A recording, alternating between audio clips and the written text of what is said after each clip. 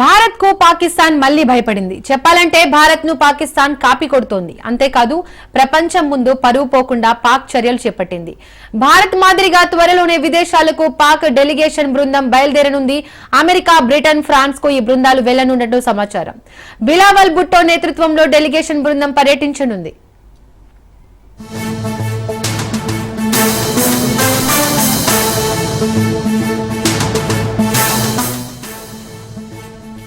మరోవైపు భారత్ కూడా పాకిస్తాన్ పై దౌత్య యుద్ధాన్ని కొనసాగిస్తోంది. ఇందులో భాగంగా ఇవాళ విదేశాలకు బయలుదేరనుంది భారత్ డెలిగేషన్ బృందం. ఆపరేషన్ సింధూర్ పై పాక్ చేస్తున్న తప్పుడు ప్రచారంపై ప్రపంచానికి వివరించనుంది భారత డెలిగేషన్ బృందాలు.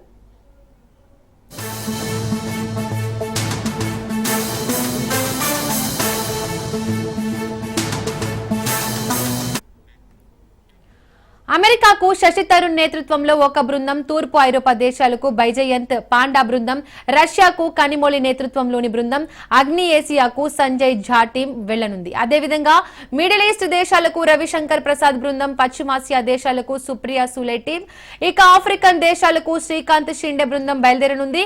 వీరంతా పాక్ ఉగ్రవాదం దుశ్చర్యలకు ప్రపంచ దేశాలను వివరించనున్నాయి.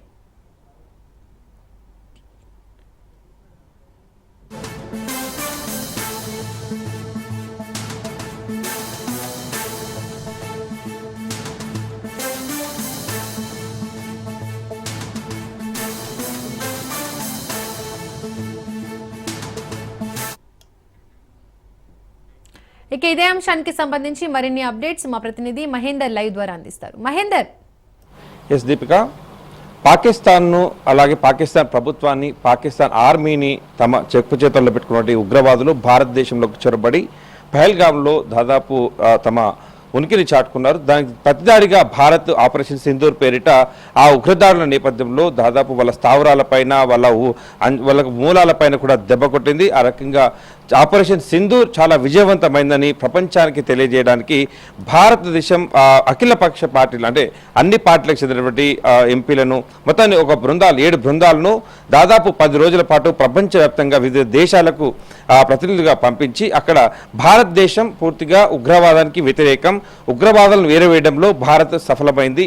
మరి పాకిస్తాన్ చూపెట్టినటువంటి మొత్తం ఉగ్రవాదాలను పంపించినట్టు ఉగ్రవాదులందరికీ కూడా ఏరివేశాం. ఆ క్రమం ఇంకా ఆ ప్రక్రియ నడుస్తూనే ఉంది. ఆపరేషన్ సింధూర్ అనేది నిరంతర ప్రక్రియ అనేట్టుగా మొత్తంగా ఆపరేషన్ సింధూర్ గురించిన వివరాలు పూర్తిగా ప్రపంచ దేశాలకు చెప్పడానికి అంటే అన్ని పార్టీలకు సంబంధించి అంటే స్వచ్ఛందంగా భారతదేశంలో ఇంటర్నల్గా అంతర్విధంగా ఏమన్నా ఉన్నా సరే అంతర్విధంగా కానీ దేశం అంటే మాత్రం ఒక్కటవుతున్నటువంటి భారతదేశంలో ఉన్నటువంటి అఖిలపక్ష పార్టీలన్నీ కూడా తమ బృందాలను, తమ ప్రతినిధులను కూడా కేంద్ర ప్రభుత్వం ఏది చెప్పినా సరే దానికి మేము తూచా తప్పకుండా పాటిస్తాం. మరి ఈ ప్రతినిధులుగా మేము కూడా ముందుకుంటాం. ఖచ్చితంగా భారతదేశం ఒక పరువు ప్రపంచం ముందు నిలబెట్టడానికి మేము సైతం అంటూ కదులుతున్నారు.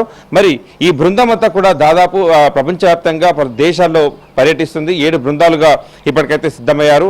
దాదాపు 10 రోజుల పాటు ఈ బృందం అంతా కూడా ప్రపంచ దేశాలన్నిటి కూడా మొత్తంగా వెళ్ళి అక్కడ పాకిస్తాన్ కాదు ఇక ఉగ్రదారులన్నిటి కూడా ఉగ్రవాదంతో ఏ దేశం ఇబ్బందులు పడుతున్నా కూడా భారత్ అనేది ఆ దేశానికి అండగా ఉంటుంది అంటే మొత్తంగా ఉగ్రవాదులకు మాత్రం వ్యతిరేకం అనేటట్టుగా మొత్తంగా పాకిస్తాన్ అయితే భారత్ అయితే తమ విషయాన్ని ప్రపంచానికి బయట చేయడానికి వెళ్తున్న క్రమంలో మరి ఈ కాపీ క్యాట్ అంటే భారతదేశం ఏది చేసినా సరే అది కాపీ కొడుతున్నటువంటి పాకిస్తాన్ ఇదే భారతదేశం అయితే ఏ ప్రతినిధి బృందాన్ని అయితే ప్రపంచ దేశాలకు పంపిస్తుందో ఆ రకంగానే తాము కూడా అంటే పాకిస్తాన్ అనేది ఉగ్రవాదానికి వ్యతిరేకం, మా దగ్గర అసలు ఉగ్రవాదమే లేదు, మేము పెంచి పోషించట్లేదు.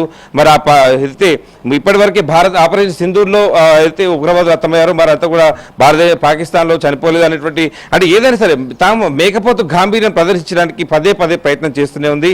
మరి ఆ రకంగా తమ కూడా అంటే బృందాలను ప్రపంచ దేశాలకు పంపించి పాకిస్తాన్కు ఉగ్రవాదానికి సంబంధం లేవు అనేటట్టుగా ప్రచారం చేయడానికి తమ కూడా సిద్ధమవుతున్నట్టుగా ఆ దేశ ప్రధాని మాజీ ఒక మంత్రికి కూడా ఈ వ్యవహారం అంతా కూడా అప్పయిపోయారని కూడా తెలుస్తుంది. మొత్తానికి భారతదేశం ఏది చేసినా దాన్ని కాపీ కొట్టడంలో పాకిస్తాన్ ముందుంటున్న పరిస్థితి కనిపిస్తుంది. మరి ఈ మధ్య కాలంలోనే ఏదైతే ఆదంపూర్ వైమానిక కేంద్రాన్ని ప్రధానమంత్రి సందర్శించారు. అక్కడ మొత్తం కూడా వైమానిక దళ సిబ్బందితో అంతా కూడా ఆయన చాలా వరకు కూడా మాట్లాడుతూ విషయాలన్నీ కూడా పంచుకున్న పరిస్థితి కనిపిస్తుంది. సో అది కూడా కాపీ చేస్తూ ఆ దేశం అంటే పాకిస్తాన్లో కూడా అక్కడ ప్రధానమంత్రి ఆ వైమానిక దళ సిబ్బంది వరకు వెళ్ళి అక్కడ కూడా తాను వాళ్ళతో ముచ్చరించినట్టుగా కూడా ఫోటోలు కూడా రిలీజ్ చేసిన పరిస్థితి కనిపిస్తుంది. సో భారత్ ఏది చేసినా సరే దాన్ని కాపీ కొట్టడం అనేది పాకిస్తాన్కు ఒక అలవాటు అయిపోయిన పరిస్థితి. ఇది పరంపర కొనసాగుతూనే ఉంది. మొత్తానికి భారత్ పాకిస్తాన్ చేసినటువంటి ప్రయోగించినటువంటి ఉగ్రవాదులకు వ్యతిరేకం ఉగ్రదాడులను ఎదుర్కొట్టాం. ఆపరేషన్ సింధూర్ విజయవంతమైంది. ప్రపంచ దేశాలన్నీ కూడా ఆపరేషన్ సింధూర్ను సమర్థించాయి. ఆపరేషన్ సింధూర్ వైపు చూస్తే అసలు భారతదేశంలో ఇంత మేర డిఫెన్స్ సిస్టమ్ ఎదిగింది.